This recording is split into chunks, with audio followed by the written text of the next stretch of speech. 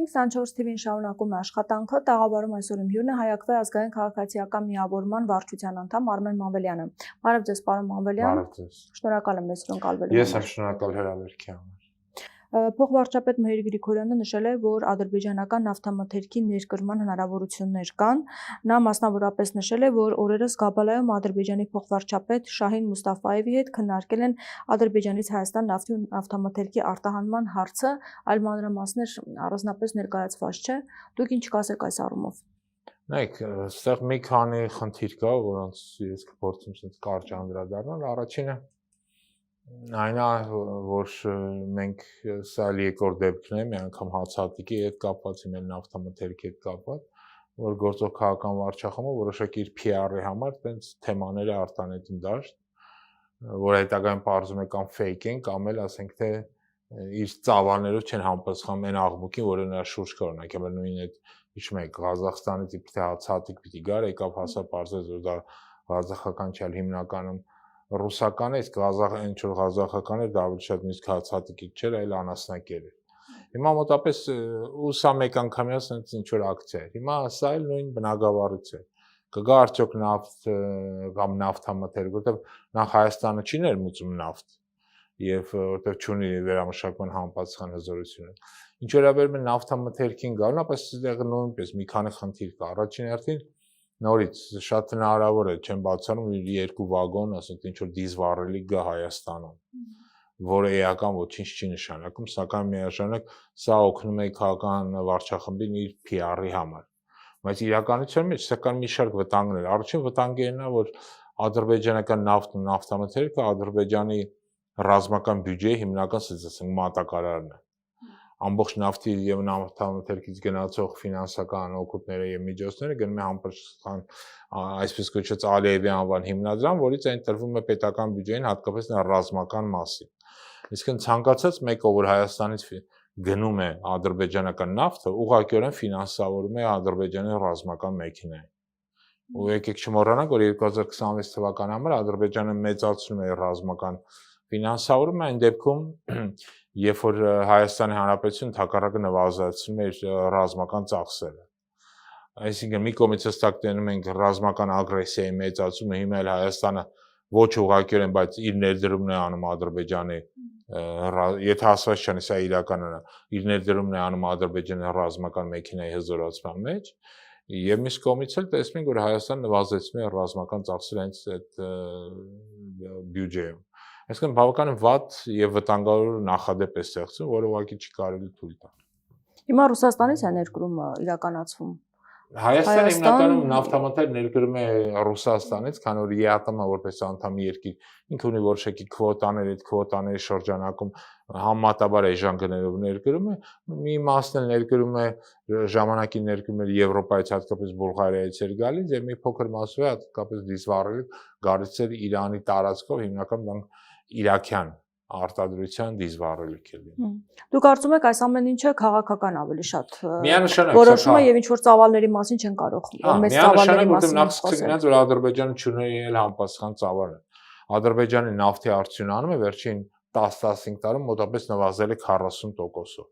Իսկ այնպեսի դուք հասկանաք էլի ինչի մասն է խոսքը։ Օրինակ 2010 թվականին իր արդյունանման պիկի ժամանակ ինքը արդյունանում էր 50 միլիոն տոննա տարեկան նավթ։ Անցյալ տարի 2024 իրանք փակել են 30 միլիոն տոննայով։ Իսկ զգում եք, չէ՞։ Ու պլյուս ինքը ունի երկարատև պայմանագրեր կնքած Թուրքիայի հետ, իր հիմնական շուկաների Իտալիայի եւ Իսրայելի հետ։ Հետաբար իր համար առաջնային է հենց այդ պայմանագրերի իրականացումը։ Սա մի կողմից։ Կա նաեւ հարցի երկրորդ կողմը,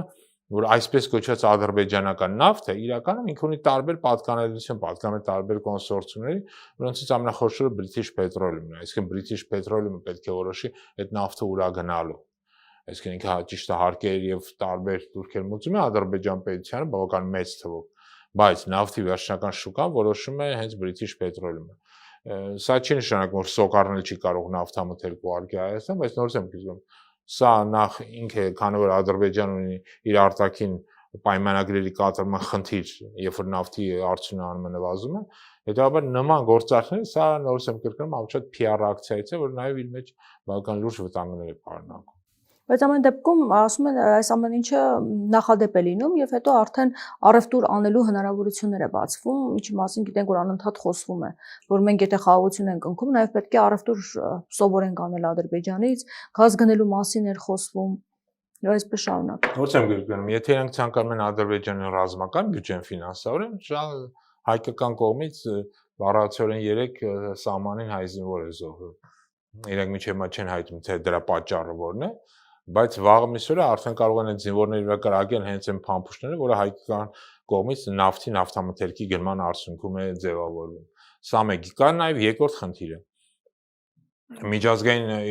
ընդհանրապես հարաբերությունների պատմությունը հուշում է, որ չի կարող առևտրային հարաբերությունները կարևոր լինել, քան թե քո ազգային անվտանգությունը։ Շատ երկրներ գնում են իրենց համար առևտրային լրջագույն պարտներների հետ հարաբերությունների խզման, քան դա վտանգ է ներկայացում իրենց արտաքին, իրենց ազգային անվտանգության։ Հետաբար քո ազգային անվտանգությունը միշտ ավելի կարևոր է։ Այստեղ հակառակն են ասում, երբ որ դու առևտրային հարաբերություններ ունես, տնտեսական հարաբերություններ ունես, ապա վտանգը ավելի քիչ է լինելու։ Դե դա խոսում են մտավոր բավականին խնդիրներ ունեցող անձինք, որոնք սեփական բարօրությունը կարևորում են ազգի բարօրությունից։ Եկեք չմոռանանք, էլի նույն Օսմանյան կայսրությունը, որ դա հայ մասսայբար ոչ կոտորում էին, հիմնական հարուստները, մեծահարուստները հայեր էին։ Բայց դա նրանցից ոչ մեկը չկարողացավ փրկվել, չնայած այդ առևտրային գործարքների մեջ են եւ Օսմանյան կայսրության հիմնական հարստություն բերող, ասենք ասեմ, էթնիկ փոքրամասնություններն են։ Բայց իրենց սպանեցին ոնց ցանկացան։ Նույնը կատարում են նաև աշխարհի շատ երկրներում, օրինակ նույն Ռուսաստան, Եվրոպա ներկա հարաբերությունները սկսվեց մի պայմաններում, երբ որ Եվրամիությունը Ռուսաստանի ամենախոշորագույն արտաքին, ասենց ասեմ, առևտրային գործընկերն էր։ Ռուսաստան Եվրամիությունը առևտրաշրջանառությունը այդ պահին կազմում էր $600 միլիարդ, բայց չնայած դրա կողմերը խզեցին հարաբերությունները ուկրաինական խնդիրների պատճառով։ Այսինքն, երբ որ դու քո ազգային, երբ որ դու առևտրային քո շահերը առաջին ես արկում քան ազգայինը, սա բերում է որպես կանոն ինչ որ պահի բերում է նաև քո իրավիճակի կախվածության խորացման։ Նույն նավթամթերքը հիմա Եվրամիությունը մեկ այլ ծրագիր է ֆինանսավորում, ստեղծում են այսպես կոչված Կովկասյան էլեկտրաէներգիա արտահանման ուղի, որը նույնպես իր մեջ վտանգներ է 500 միլիոն եվրոյի մասին է 500 միլիոն եվրոյի մասին է որ ներդրվել է Վրաստանի հետ, այո, պետք է չէ իրականացնել ծրագիրը։ Որտեղ Հայաստանը սկսենք նրանց որ էլեկտրաէներգիա չի ներկրում Ռուսաստանից։ Մենք ներկրում ենք գազ եւ միջուկային համապատասխան հարստացած ուրան ենք ներկրում, որը օգտագործում ենք ատոմակայանում։ Փորձել մեզ կախվան, որտեղ նմանատիպ գործարքի արդյունքում Հայաստանը հայտնվելու է էլեկտրաէներգիայի ներմուծման մեջ Թուրքիայից եւ Ադրբեջանից։ Չմոռանանք եւ Թուրքիան եւ Ադրբեջանը Հայաստանի թշնամու պետություններ են, անկախ նրանից ինչ առևտուր ուզում ես հետները արա։ Եվ ինչ որ պահի իրանք իրենց այդ թշնամանքը դրսևորելու են։ Ոնց որ անում են հենց հիմա, ասենք թե Բաքվի անտերում պահելով մեր 23 գերիներին կամ օկուպացնելով եւ էթնիկ զտման ենթարկելով Արցախի բնակչությանը։ Այսինքն ոչ ոք չի կարող երաշխիքներ տալ, որ ինչ որ պահին Ադրբեջանը նույնը չի անի Հայաստանի հանդեպ, որ գնում է ռազմական բյուջեի կրճատման, բանակի կրճատման եւ դրա փոխարեն ասում է, տեսեք, մենք առևտուր ենք անում։ Հəl լավ եք անում, առևտուր եք անում, բայց կախվածությունը խորացում եք Ադրբեջանից եւ Թուրքիայից, քանի որ եթե ասված չանի, սկսեք էլեկտրաէներգիա ներմուծել այս երկրներից եւ կտրելով ձեզ մնացած ձեր գործընկերների հետ, հայտնում եք շատ։ Կարծում եք ատոմակայանը կարող են փակել։ Ես համոզված եմ, որ խնդիրը դա դրվելու է, ու դրա մասին ոչ ուղղակիորեն անդադ ասում է, չէ՞։ Թուրքիան էր միշտ պահանջներ կայացնում։ Թուրքիան պահանջում է, հայկական կողմն է հիմա անդադ ասում, գիտեք, մենք 2-3 ատոմակայանի չափ արևային էներգիայով էլեկտրաէներգիա ենք արտադրում, որը ոչ ուղղակիորեն հենց ատոմակայանը փակելու այս թուրքական նարատիվին հարմարվելու կոչը, մեր ինչին է պետք ատոմական, եթե արևային էներգիայով, սա էլ իր մեջ նայեք, սա ոչ միայն մտավոր դիլետանտիզմի մասին է խոսում, որ մարդիկ չեն տիրապետում այդ թեմաներին, որի մասին խոսում։ Սա նաև խոսում է, որ իրանք փորձում են հարմարվել այդ ադրբեջանա-թուրքական պահանջներին։ Չէ, ասենք թե ասում են որ մենք կգնանք սահմանադրության փոխման, երբ որ խոսքը չի գնում սահմանադրության փոխման մասին, այլ խոսքը գնում է անկախության հռչակագրի նախաբանից որտեղ այս սահմանադրությունը լրիվ ձեռնատու է ծովա գործողական ռեժիմին։ Այսինքն իրենց այսօրվա ավտոկրատ համակարգը ստեղծվել է հիմնվելով հենց այս կիսատ պռատ սահմանադրության վրա։ ու սա շարունակաբար, իսկ նրանք անդադ գնում են զիջումների, իսկ Ադրբեջանը եւ Թուրքիան այդ պահանջները գնալով մեծացնում են։ Ամեն դեպքում Եվրամիությունից բացատրում են, որ այս ամենը արվում է որպեսզի էներգետիկ դիվերսիֆիկացիա ապահովի Հայաստանին։ Եվրամիությունը ցանկացած քայլ ցավոք սրտի անում է Հարավային Կովկասում, հատկապես Հայաստանի հետ կապված, պայմանավորված իր Ռուսաստանի հետ ռազմական բախման տրամաբանության, որը տեղի ունենում է այս պահին Ուկրաինայում։ Եվ Հայաստանը ուղղակի իրավունք չունի Եվրամիություն Ռուսաստան այս պատերազմի մեջ մտնելու դրա արանք, ընդհակառակը հնարավորինս պետք է հեռու մնալ այդ ամենից, որտեղ հայտնի չէ այդ ամենը դեռ ինչով կվերջանա, ու առավելևս որ այդ մեծերը կռվում են, փոքր երկրները ոնց որ Հայաստանը եւ մյուս երկրները պետք է հնարավորինս զգուշ լինեն եւ չհայտնվեն կողմերից մեկից կախվածության մեջ։ Օրինակի համար այսօրվա ռեժիմի քաղաքականության արդյունքում մեր տնտեսական կախվածությունը Ռուսաստանից կրկնակի ավելացել, եթե չասենք եռակի։ Չնայած իրենց ամբողջ հակառուսական առևտրաբանությանը մենք լուրջ նույն կախվածության մեջ ենք։ Նույն այդ ծորենի օրինակը բերենք, ժամանակին մենք այդ ծորենը ներմուծում ենք Արցախի հանրապետությունից հիմնականում եւ շատ փոքր մասով միայն Ռուսաստանից։ Իսկ հիմա ամբողջովին կախված ենք ռուսական ծորենից։ Հիմա էլ նաև պլյուս ուզում են մեզ կախման մեջ գցել նաև ադրբեջանական ուղուց, գոնե առաջ Վրաստանով ենք վերում, Ադրբեջանից կախման մեջ չենք։ Այսինքն մենք հայտնում ենք եւ Ռուսաստանից կախման մեջ ծորենի առումով եւ Ադրբեջանից այդ ուղիների առումով։ Հիմա պլյուս դրան ավելացնում են, որ ուզում են մեր կախվածությունը մեծացնել Թուրքիայից եւ Ադրբեջանից արդեն էլեկտրաէներգիայի, նավթամթերքի եւ այլ ապրանքների ներմուծման տրամաբանությամբ։ Սա երկրի ինքնիշխանության վերջնական կործանման գործընթացի մեջ է, իսկ երբ մարդիկ խոսում են իրանք Արցախ հանձնելով իբր թե ինքնիշխան դառան, ինչը իդեպ ասեմ շատ վտանգավոր հայտարարություն է, նաեւ ցեղասպանության արդարացման հայտարարություն է։ Իրենք նաեւ հայտնում են լրջակուն կախման մեջ էներգետիկ առումով հենց Թուրքիայից եւ Ադրբեջանից, որը նշանակում է Հայաստանի ինքնիշխանության վերջնական կորուստ։ Իդեպ Բաքվի լրատվամիջոցները հաղորդել են, որ նոյեմբերի 28-ին Գաբալայում տեղի ունեցած Ադրբեջանի եւ Հայաստանի սահմանազատման հանձնաժողովների 12-րդ հանդիպումը, որը տեղի ունեցել, վարել են փոխվարչապետ Շահին Մուստաֆաևը իրենց կողմից եւ Մեհեր Գրիգորյանը։ Հանդիպման ընթացքում կողմերը համաձայնության են եկել կազմակերպել Սոութքի ոսկու հանքի ստուգում եւ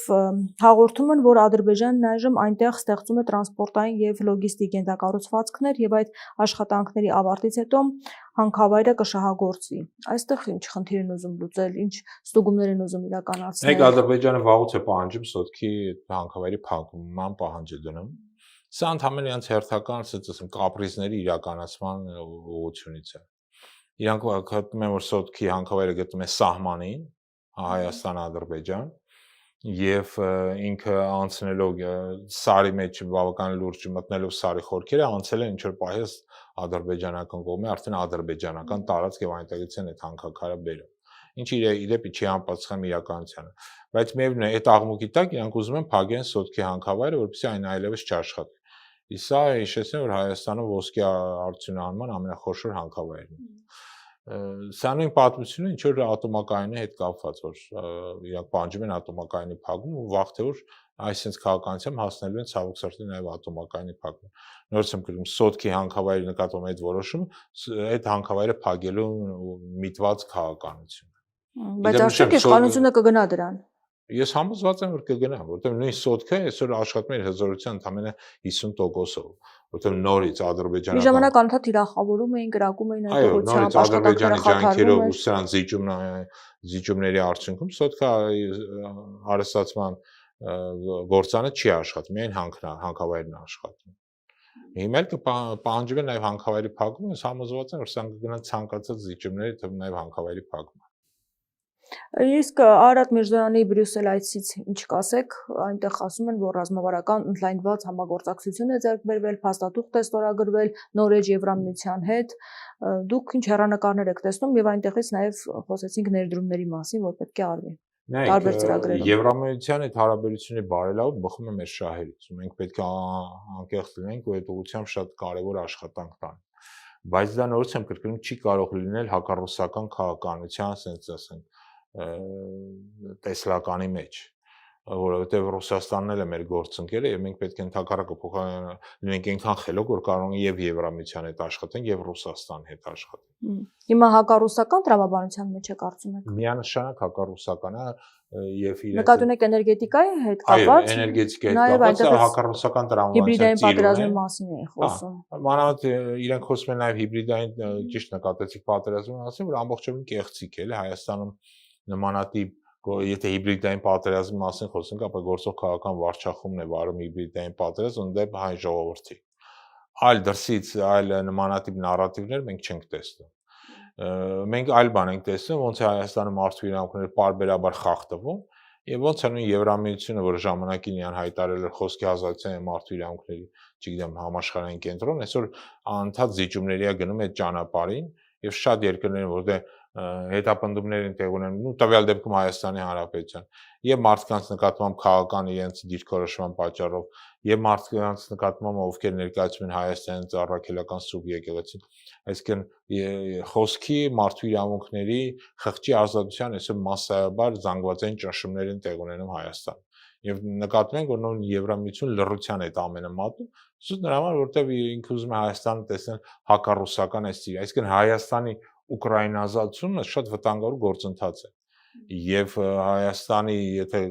ազգային իշխանություններ լինեն, պետք է ամեն կերպ անեն կամ ամեն ինչ անեն խուսափելու համար դրա։ Բայց արդյոք ուկրաինացման են մեզ տանում, թե ընտրություններից առաջ ինչ-որ գործողություններ ան եւ Մոլդովայի սցենարն են ուզում այստեղ գործադրել, իդեպ չթաքցրեցին էլ, որ այդպիսի ցանցեր եղել են նաեւ Մոլդովայում եւ հիմա Հայաստանում կա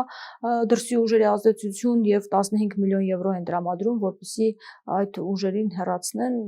քարոզչությունը չիրականացվի։ Նայեք, նորից Եվրամիությունը, որը ժամանակին ասում են խոսքի ազատության ջատագովն է, վերջերս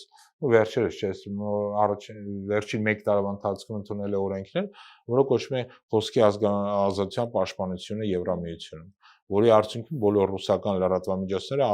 մուտքը ու հեռարձակումը արգելվել է։ Արդյոք սա խոսքի ազատություն է։ Նույն իրանք իրականացրել են, այսինքն նկատել չտալով, օրինակում Ուկրաինայում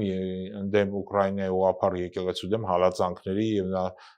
ղեկավար անձանց հոգեվոր ղեկավարների մասսայաբար ձերբակալման եւ այլն, այսինքն այս գործընթացները կան։ Իրենք սա տեսնում են, բայց իրենք փոխանակ թույլ չտալու դրան հակառակը նպաստում են դա։ Դրա համար այսօր իսկ Մոլդովյան սցենարը ինքը շատ վտանգավոր սցենար է, հիշենք, որ Մոլդովայում այս սցենարը դրսևորվեց հետեւյալ կերպ, երբ որ շատ քաղաքական ուժերի ուղղակի արգելեցին մասնակցելու ընտրություններին։ Եթե իրանց տրամաբանությունն այն է, որ Հայաստանում գործող ընդդիմադիր քաղաքական ուժերին պետք է արգելեն տարբեր կեղծ, չգիտեմ, մեղադրանքներով, ապա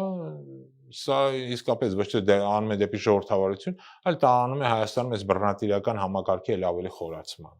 Կարծում եք, որ իսկապես կգնան դրանք եւ Եվրամիությունից ունեն այդ աջակցությունը, ծրագիրը, արդեն պայմանավորվածություններ եւ նույնիսկ գծագրված պլան։ Չեմ կարող այդպես մանրամասները շեշտեմ, բայց ես համոզված եմ միանշանակ իրենք ուսումնասիրում են տարբեր փորձեր, որտեղ Եվրամիության ակտիվ ջանքերով ընտրությունները փաստացիորեն խափանվեցին եւ խեղաթյուրվեցին, ոնց որ Մոլդովայում եղավ, Ռումինիայում եղավ իդեպ։ Ապա նույն իրավիճակը փորձում են կրկնել նաեւ Հայաստանում։ Ուղղակի եկեք բայց մի փաստ չմոռանանք, որ ի տարբերություն գործող վարչախմբի Մոլդովայի եւ Ռումինիայի վարչախմբը իր հայրենիքը չէր ծախել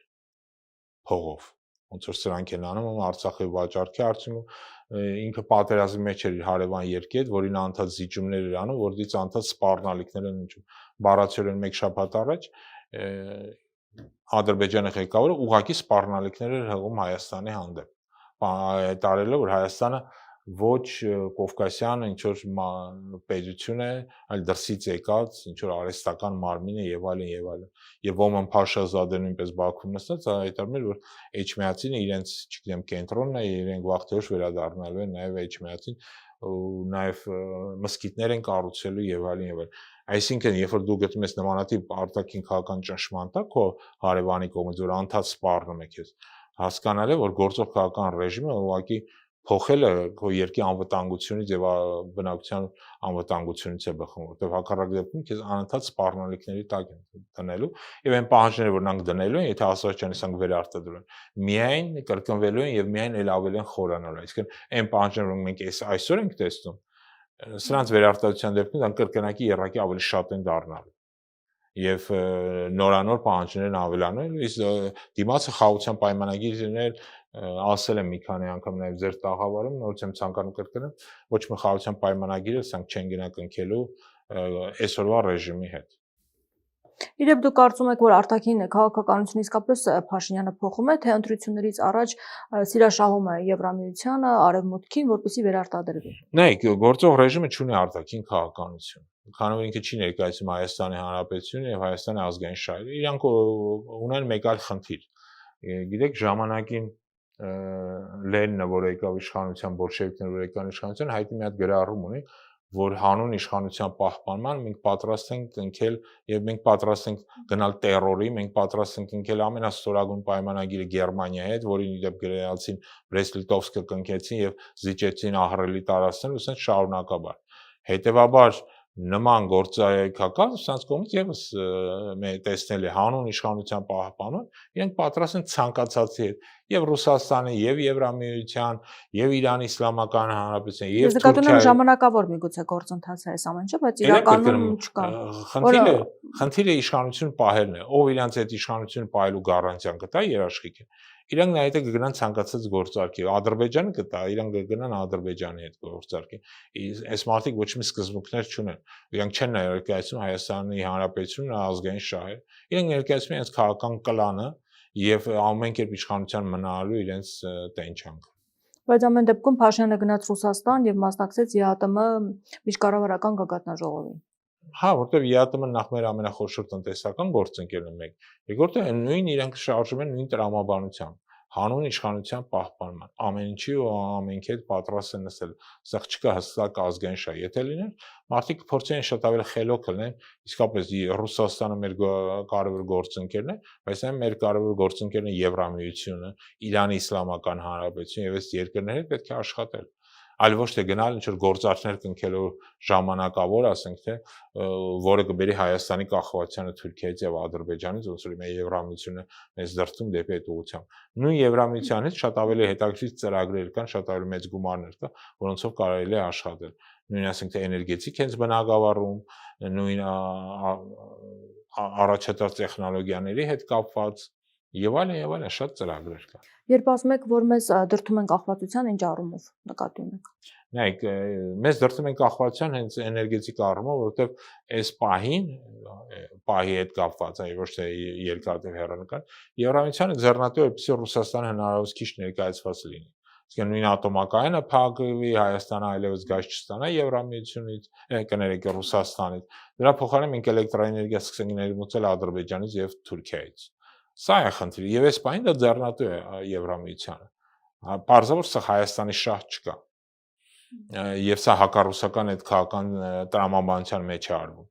Վաղը միսօր կվերջանա ուկրաինական պատերազմ, իրենք ես համոզված եմ եւ Եվրամիությունը եւ Ռուսաստանը կսկսեն իրար հետ առևտուր անել, բայց Հայաստանը եւ մյուս երկրները, ովքեր այդ քաղաքականության մեջ են հակառուսական, իրենք կմնան շատ ծանր իրավիճակում քայթել։ Արդեն իսկ Ռուսաստան-ԱՄՆ տեսնում ենք համագործակցություն։ Հա, Ռուսաստան-ԱՄՆ համագործակցություն հիմա ԱՄՆ հայտարարում է, որ ինքը նոր միջազգային ակումբ է ստեղծում 5 մեծ պետությունների հետ, դա Ռուսաստանն է, Չինաստանն է, Հնդկաստանն է, Ճապոնիայի հետ միասին, որտեղ չկա եվրոպական եւ ոչ մի երկիր, որոնք ինքը մեծ խոշոր պետություն չի ել համարում այդ պետություններին։ Հետևաբար աշխարհակաղակական իրավիճակը շատ արագ է փոփոխվում։ Դու երբ որ փորձում ես տեղավորվել հակառուսական քաղաքականության մեջ, արդեն կարողանաս փոփոխություն լինի, որ ստիպված ես փոխել քո քաղաքական արտաքին քաղաքական վեկտորը, բայց նորից եմ կրկնում, խնդիրը արտաքին քաղաքականության մեջ չի, խնդիրը քո ազգային շահը հստակ պատկերացնելու եւ ազգային շահի շարժվելու մեջ է։ Եվ փորձես օգտվել այն ծրագրերից, որոնք քեզ չեն ստիպում այդ տնտեսական ծրագրի համար դու քո ազգային շահը ուղարկես երկրորդ պլան։ Օրինակ նույն մերձբալթյան երկրները, որոնք Ռուսաստանից բավական էժան գնով գազ են ստանում, միջոց հրաժարվեցին այդ գազից ու էլեկտրաէներգիա են ստանում նաև բավական էժան գնով։ Քանի որ գտնում են, որ իրենց ազգային շահը ավելի կարևոր է եւ իրենց ազգային շահից է բխում չգնալ Ռուսաստանի հետ գործարքի։ Իրանք տենց են տեսնում իրենց ազգային շահը, սա շատ ավելի առողջ մոտեցում է, քան թե դու ասես, չէ, այս երկիրը կամ այն երկիրը մեզ էժանով ինչ որ ապրանք է տալիս, եկեք նրա այդ գործարքի գնանք, թքած թե ազգային շահերի այստեղ բախում կա։ Չէ, վաղ թե ուշ այս ազգային շահը ավելի է կարևորում, քան թե քո տնտեսական, որովհետև քո ազգային շահը հիմնված է քո ազգային անվտանգության վրա, այլ ոչ թե տնտեսական անվտանգության վրա։ Իսկ ազգային անվտանգությունը քո երկարատև գոյատևման քո պետության երաշխիքներից երկարևորն է։ Թրիփի հետ կապված ինչ կարող եք ասել, արդյոք արագացված կարգով կարող է ընթացք ստանալ գործընթացը եւ Ադրբեջանն է բավականին ակտիվ, նախ անընդհատ շարունակում է Զանգեզուրի միջանցքային անվանել, համարել, որ իրենք մեծ ներկայացվածություն են ունենալու եւ բացի այդ խոսում են Եվրամիության ներկայացված լինելու մասին։ Ինչու փոխեցին իրենց դիրքորոշումը, ինչու են ուզում որ Եվրամիություն ներկա լինի եւ ինչ է սպասվում։ Նայեք, իրականության մեջ թրիփի ուղին ինքը որ մենք կարող ենք հստակ կոչել պատերազմի, ու ինքը շատ վտանգավոր գործընթաց է, որը մաս է կազմում գործող այսինքն Ադրբեջանը եւ Թուրքիայի քաղաքականության, որ պետք է Հայաստանը հնարավորինս կտրել իր արտաքին քաղաքական ուղիներից։ Իրանք պահանջում են, դամարանք պահանջում են, ասենք թե այսպես կոչված անկլավների վերադարձը Տաշիրում, այդ դեպքում իրանք փակում են Հայաստանի բոլոր ուղիները դեպի Վրաստան, ամենակարճ ուղիները դեպի Երկրորդ իրանք պահանջում են Տիգրանաշենը, որով Իրանի հետ արդեն դեպի հարավ գնացող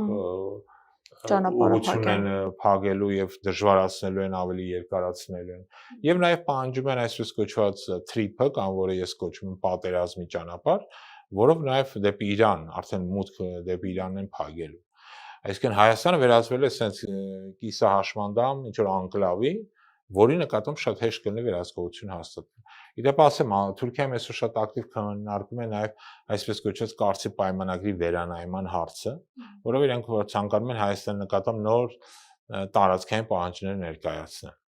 Եվ սա էլ է շատ վտանգավոր գործընթաց, բայց որ դու սկսում ես մի անգամ Թուրքիայում են քննարկում։ Այո, Թուրքիայում են քննարկում, քանի որ իրանք գտնում են, որ այս Կարծի պայմանագրի իրանք տարածքներ են զիջել Հայաստանի Հանրապետության։ Մասնավորապես իրանք նկատի ունեն Ամասիայի տարածքը, որը ժամանակին Կարսի նահանգի մի մասն էր, իսկ եւ նաեւ ըստ Կարսի պայմանագրի իրանք գտնում են, որ Նախիջևան Հայաստան սահմանը ճիշտ չի գծված եւ հետագայում հիմա այս բան չկան այդ բանջան, բայց ես համոզված եմ, որ վաղտիոչ նաեւ դնելու են Նախիջևանի տարածքի սահմանային գծի փոփոխման ի օգուտ Պարզան Նախիջևանի, այսինքն Ադրբեջանի։ Այսինքն այս քննարկումները հիմա գնում են Թուրքիայում տարբեր ասենք էքսպերտային մակարդակներով, բայց վաղ թե ուշ դա նաև լինելու է հենց արտաքին քաղաքականության կարևորագույն մասերից մեկը։ Իսկ երբ որ դու մեկ անգամ մի ուղղությամբ զիջում ես, հետագայում այս զիջման այս գործընթացը երբեք կանգ չի առնել, քեզանից պահանջել են նորանոր զիջումներ, որը իրենք անում են, ասենք թե տարբեր կերպ, օրինակի համար, եթե ասված չանի, գարնան ընտրություններին կամ ամռանն ալնելու գործող քաղաքական ռեժիմը վերականգնվի կամ վերաարտադրվի, Ադրբեջանը եւ Թուրքիան հայտարարել են, որ դա իրենց շնորհքն է։ Այսինքն, եթե դուք բացեք թուրքական մամուլը, իրենք չեն թաքցնում, որ գործող քաղաքական ռեժիմի մնալ իշխանությունը բխում է իրենց շահերից։ Այսինքն դա ոչ մի կերպ չի բխում Հայաստանի շահերից, բայց շատ հստակ կերպով բխում է Թուրքիայի եւ Ադրբեջանի շահերից։ Խոսենք նաև ընտրությունների հետ կապված ինչ հեռանկարներ կան, ինչ ուժեր են, որ արդեն ներկայացվածություն ունեն եւ կարող են ազդեցություն ունենալ ընտրությունների վրա, ինչ գործընթացներ պետք է հաջորդեն, որովհետեւ ժամանակը կարճ է, մենք տեսնում ենք, որ իշխող թիմը բավականին ակտիվ պատրաստվում է, բայց ընդդիմությունը որքանով է պատրաստվում, չի երևում։ Միգուցե պատրաստվում է, բայց հայտարարություններ չկան։ Ինչ գործընթացներ կլինեն։ Իշխանությունը ոչ թե պատրաստվում են, այնք արդեն սկսել են իրենց քարոզարշավը, դա հստակ երևում է, եւ իրենց այսպես կեղծ պատարակների իբրե գնալու գործը, չէ, իշենք էլ ես ռեժիմը 7.5 տարի իշխանության էր եւ երբեք ոչինչ պատարակի չէին մասնակցել, հիմա արդեն ամեն շաբաթ մասնակցում։ Բայց դա արդյոք իրենց համար քարոզարշավ է կամ իրենց օգտին է։ Միանշանակ սա իրենց համար քարոզարշավ է։ Բայց իրենց օգտին է։ Ես համոզված եմ, որ նաեւ իրենց օգտին է, որտեղ Հայաստանի բնակչության մի ահռելի մասը նստած հենց ասեմ դիտողի դերում է եւ ուզում է հասկանալ, թե այս արդյունքում ով կհաղթի եւ ով նկատմամբ ինչ իշխանություն կսահմանի։ Եվ դա համար իրենք հասորեն գնում են ոնց որ ժամանակին, չգիտեմ, տարբեր հերոսակներ որ ներխուժում են Հայաստան, գնում են հայկական եկեղեցիներ գրավելու, թալանելով։ Հիմա մոտապես նույն երևույթն ենք տեսնում, էլ որ սրանք զինված խմբերին ուղարկում են, նախ գրավում են այդ եկեղեցին, շրջապատում են, բերում են իրենց պատարագիչին, այսպես ասենք, որը իրենց համար կեղծ պատարագ է մածում, իրենք դա կոչում են իբր թե կապ ունեն Հայաստանի առաքելական եկեղեցու հետ իրականության մեջ բացարձակ ոչ մի կապ չունի։ Հիմա սա որոշակի նախընտրական եւ ուժի ցուցադրման գործընթաց է։ Եվ եկեղեցու նկատմամբ եւ բնակչության նկատմամբ ուզում են ցույց տալ, որ ասենք թե դուք